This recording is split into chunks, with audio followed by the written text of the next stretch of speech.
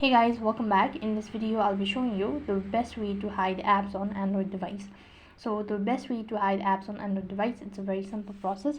All you have to do is just make sure to watch this video till the end and follow the instruction as guided. One of the easiest way of hiding your apps on Android device is that opening up the settings application. After that you have to go to the display.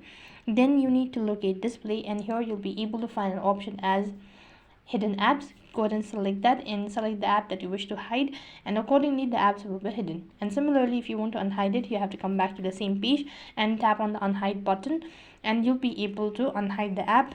Likewise, if you are unable to find the option here, then you can go to apps and management, apps and notification, and here you can find app management, and from there you can locate the following option as hide app, and likewise you can hide apps on Android.